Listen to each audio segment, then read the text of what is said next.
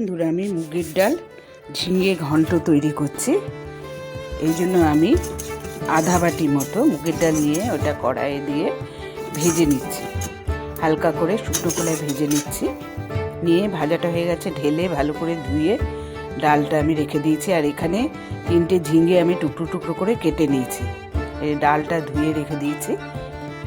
এরপরে কড়াইয়ে আমি সরষের তেল দিলাম, সামান্য সরষের তেল দিয়ে সর্ষের তেলটা গরম হওয়ার পর ওটাতে আমি শুকনো লঙ্কা, গোটা জিরে আর তেজপাতা দিয়ে দিলাম। দিয়ে আমি ভালো করে সব মিশিয়ে দিচ্ছি। মিশিয়ে দেওয়ার পর আমি যে ডালটা ধুয়ে রেখেছিলাম, শুকনো খোলায় ভেজে ধুয়ে রেখেছিলাম, সেই ডালটা দিয়ে দিলাম। দিয়ে আমি এটা ভালো করে নেড়ে নিচ্ছি। অবশ্যই আপনার ঘরে এভাবে তৈরি করে আমাকে কমেন্টে লিখে দেখাবেন কীরকম হলো, লিখে জানাবেন। এটা খুব টেস্টি হয় খেতে, আপনারা অবশ্যই তৈরি করে খেয়ে দেখবেন। এটা ঝিঙে দিয়ে মুগের ডালের ঘন্ট।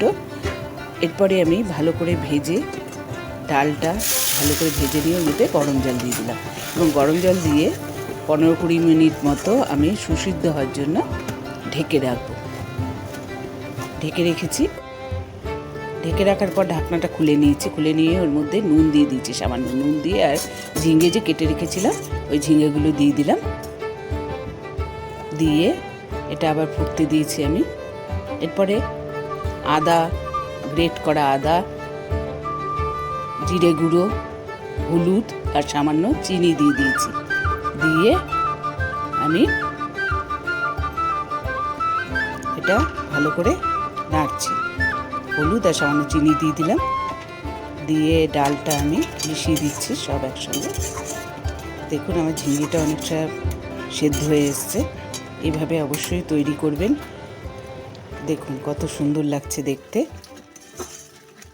রঙটা কত সুন্দর এসছে। আস্তে আস্তে জলটা শুকিয়ে আসার পর আমরা এর মধ্যে ধনেপাতা কুচি দিয়ে দিলাম।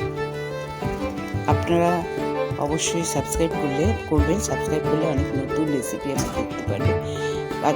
কাঁচা লঙ্কা দিয়ে দিয়েছি 2টো, ঘি দিয়ে দিয়েছি 1 চামচ মতো। দিয়ে আমার মুগের ডাল ঝিঙে ঘন্ট তৈরি হয়ে গেছে। লাইক, শেয়ার করবেন।